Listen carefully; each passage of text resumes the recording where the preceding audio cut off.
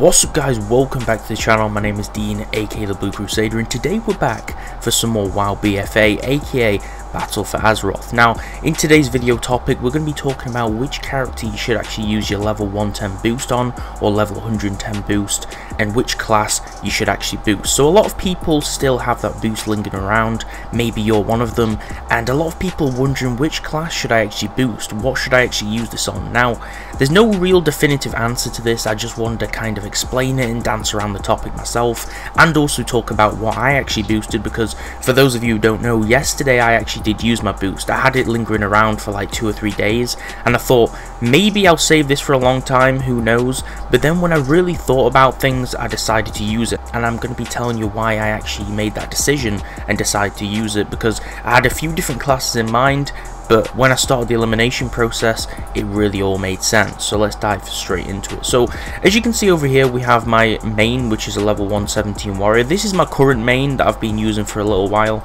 Only like one expansion I've been maining it.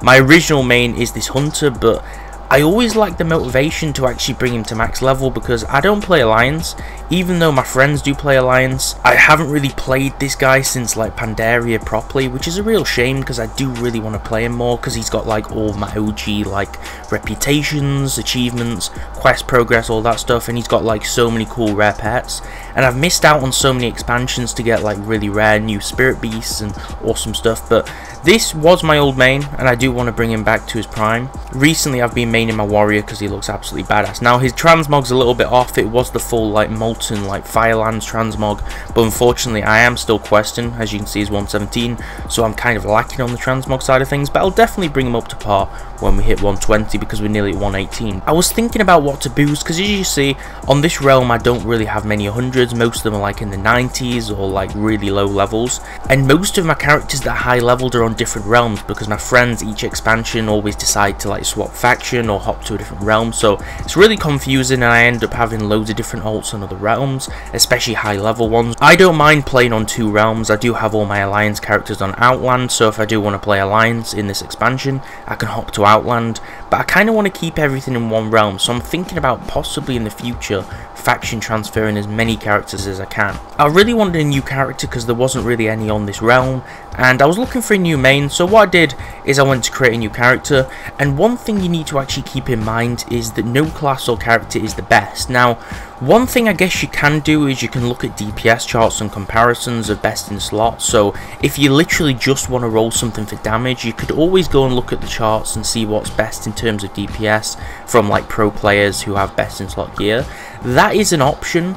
But if you're anyone else who, like me, mostly just wants to play the game for fun and actually wants to roll something that they can actually see them playing in the foreseeable future without getting bored, then you probably have been wondering for quite a few days now, if you still have that boost laying around, what to boost. So as you can see, what I did first is I went through the elimination process. I mean, you can already see there's some cool classes. I don't have a druid, I only have one at level 60. Now the problem for me is I really want a night elf druid, but right now I'm not playing on the Alliance, and I kind of want to put all of my willpower and all my effort into leveling stuff on my current realm, which is my Horde realm. I guess I could play my druid on Outland, which is on my Alliance realm, but the problem is I'd have to use my boost on a different realm, and currently I'm not really active on the Alliance, which was a problem.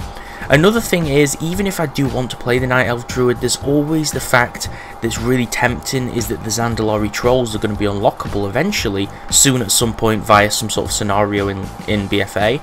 I've heard that you do start the Zandalari at like level 110 or something, or at least you need a level 110 character to unlock them, so I'm not sure if that means that they actually start at level 110, because that would be absolutely awesome and also be really convenient, just like the Demon Hunter started at 98. That's why I didn't actually boost a Druid, because I'm thinking about making a Zandalari Druid as soon as they drop. Another thing is I actually really wanted an allied race, so this really wasn't based on class. I really wanted to make a Nightborn.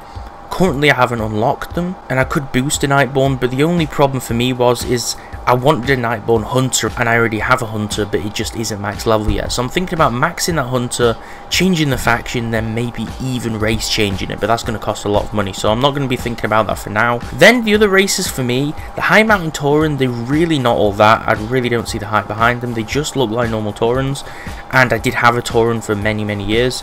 The Magheart Orcs look absolutely awesome. I'm not sure if they're unlockable yet. I think I've seen one running around, but these are really rare so far for me. I haven't really seen many of them, so I'm not sure if they're unlockable yet. I'm not really a fan of Lightfoot's Draenei. I mean, they look cool, but they're nothing special, just like the Tauren aren't. Dark Iron Dwarfs do look cool, but like I said, not an alliance, and so are Void Elves. So at this point, I really didn't know what class to play.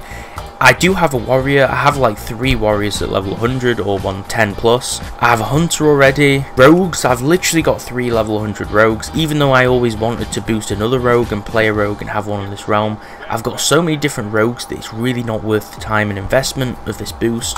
Priest and shaman and mage kind of just all out of the picture at this point because I don't want to play a caster. So you kind of, to do this elimination process of what to boost, you kind of want to think, do you want to play melee or do you want to play caster? Now, I really don't want to play caster because I played it a lot in Legion. I played Warlock primarily for quite a while, as well as a Demon Hunter.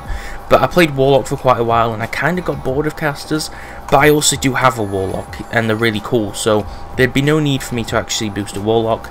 Monk, I have a Troll one in another realm that's 100, so yet again, it really felt like a waste of a boost. And then Death Knight, I have one in the 90s, unfortunately it's on the Alliance though. So at this point, the only class really that was worth boosting was a Paladin, because I don't actually have a Paladin at all, and all my Paladins have been like below level 20. I've been playing since Wrath of the Lich King, and I've never actually got a Paladin to max level. Same with Priest, same with Mage, same with Shaman. All these caster classes, I do obviously plan to get to 100 eventually, or 120, but this meant that I just had to get a Paladin. So as you can see, I went and customized a Paladin. This actually looks like a cool character. I customized a Paladin, and as you can see, I boosted it yesterday. And what was really awesome is you can actually transmogrify the Ashbringer, which is the artifact. And I had no clue about this because I always wanted the Ashbringer when it was available in Legion, but unfortunately I'd never played a Paladin. But then I realized you could actually transmog it as a weapon, which was really awesome. So the takeaway for this video is, what should you boost? In my opinion, you should boost something that you actually want to play.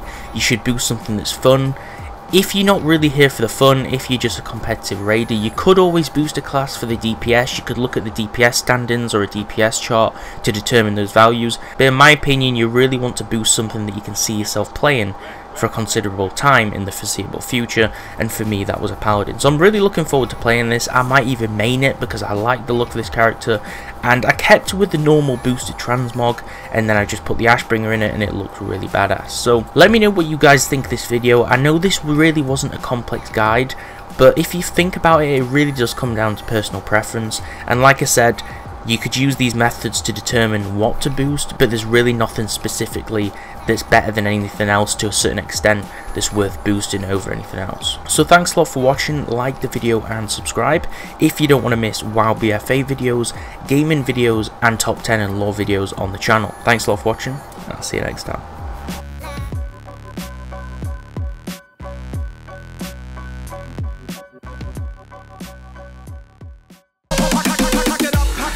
Let me begin. I came to win. Battle me, that's a sin. I won't tell a sack up. Punk, you better back up. Try and play the role and get a whole crew will act up. Get up, stand up.